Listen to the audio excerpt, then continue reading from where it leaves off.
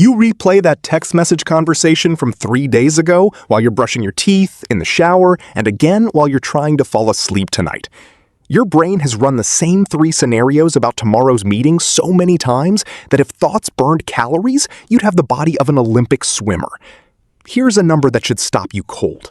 The average person has somewhere around 60,000 thoughts a day, and researchers who track this stuff say up to 80% of them are negative, and something like 95% are just repeats from the day before. That means most of us are living inside a mental rerun, watching the same bad episode of a show we already hated night after night, and calling it thinking. Let that sink in for a second. If you took every single one of those repeated, looping, worried thoughts and stacked them end to end, you'd have enough mental noise to fill a stadium with static. No wonder you're tired by 3 p.m. and you haven't even done anything physical. But here's what nobody tells you about overthinking. It's not a personality flaw. It's not proof that something is wrong with you. It's a misfiring of a system that was actually built to keep you alive. Think about it this way. Thousands of years ago, the humans who survived were the ones who kept scanning for danger. The ones who heard a rustle in the bushes and immediately thought, that could be a predator, instead of, probably nothing. The anxious ones, the ones who ran every possible bad outcome through their head before it happened, those are the ones who lived long enough to have kids. You are quite literally descended from the overthinkers. Your brain isn't broken. It's doing exactly what it was designed to do. The problem is, the world changed way faster than your brain did. Back then, the threat was a lion. Today, the threat is an unanswered text, a boss who used a period instead of an exclamation point in an email, a slightly weird look from a friend. Your brain cannot tell the difference between a real threat and a perceived one. It treats them the exact same way. It floods you with the same stress chemicals, whether you're being chased by a bear or whether you're just replaying an awkward thing you said at a party in 2019. And here's where it gets kind of wild. Overthinking isn't actually about the thing you're overthinking. It's about control. When your brain doesn't have enough information, or when the outcome of something matters a lot to you, it tries to protect you by simulating every possible version of what could happen. It's basically running 1,000 tiny movies in the background, hoping that if it plays out enough disaster scenarios, it'll be ready for whichever one actually happens. It feels like problem solving. It feels productive. But most of the time, it's just your nervous system trying to create a sense of safety through repetition, not through actual solutions. That's why you can lie in bed at 1 a.m., wide awake, going over a conversation from 2 years ago that literally has zero impact on your life today. Your brain isn't doing that because it's smart. It's doing that because somewhere along the way, it learned that replaying things equals staying safe, even though replaying things never actually changes the outcome.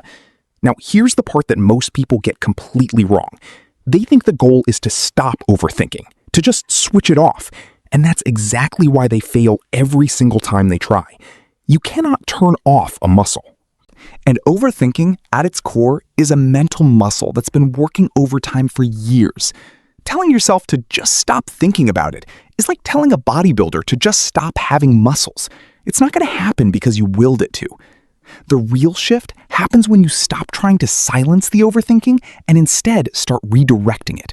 Because the same exact mental machinery that keeps you up at night spiraling about a text message is the same machinery that, if pointed in the right direction, can help you spot patterns nobody else sees, prepare for situations before they even happen, and think 5 steps ahead in ways that most people are simply incapable of doing.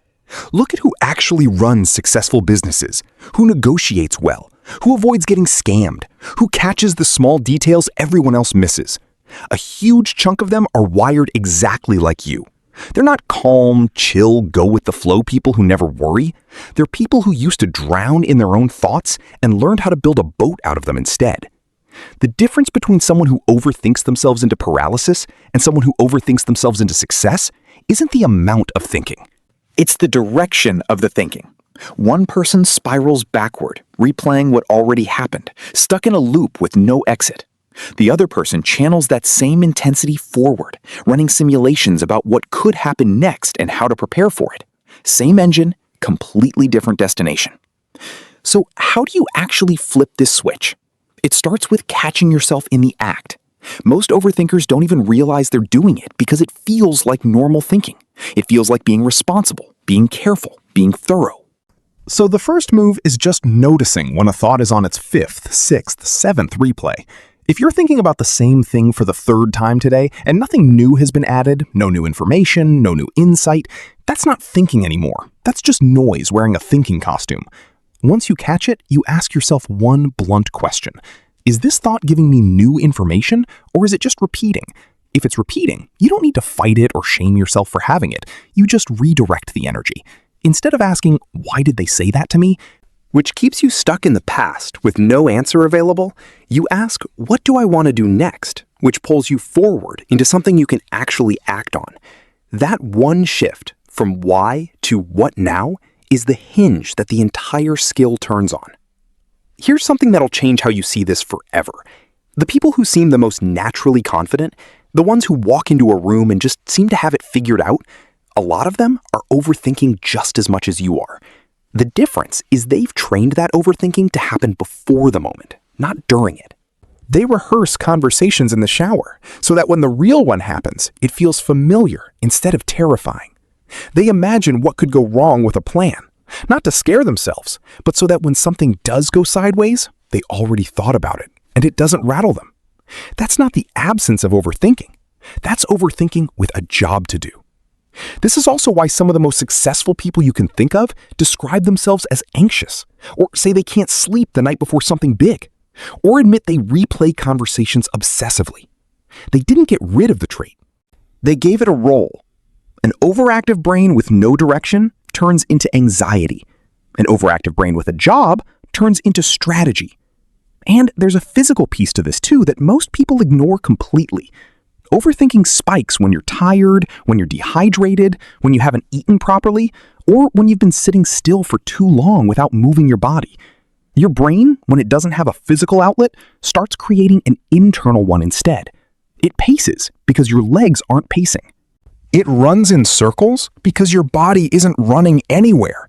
This is why a walk can sometimes untangle a spiral that an hour of sitting and stewing never could. You're not just calming your mind, you're giving the energy somewhere else to go. The other thing that keeps people trapped is believing that more thinking equals more clarity. It doesn't. Past a certain point, every extra loop you run makes you more confused, not less, because you start overweighting the scary outcomes and underweighting the realistic ones. Your 15th replay of a conversation isn't more accurate than your first one. It's just more emotional. The information doesn't improve, only the anxiety does. So the real skill isn't thinking less, it's knowing when thinking has stopped being useful and turning it into a tool instead of a trap. It's using that same intensity to prepare instead of panic, to plan instead of spiral, to imagine outcomes so you're ready for them, instead of imagining outcomes so you're scared of them. Because the truth is, the people who overthink were never broken. They were just untrained. Give that same mind a direction, a job, a purpose, and the very thing that used to keep you up at night becomes the exact thing that makes you sharper, more prepared, and harder to catch off guard than almost anyone else in the room. Your overthinking was never the enemy. It was a weapon you never learned how to hold.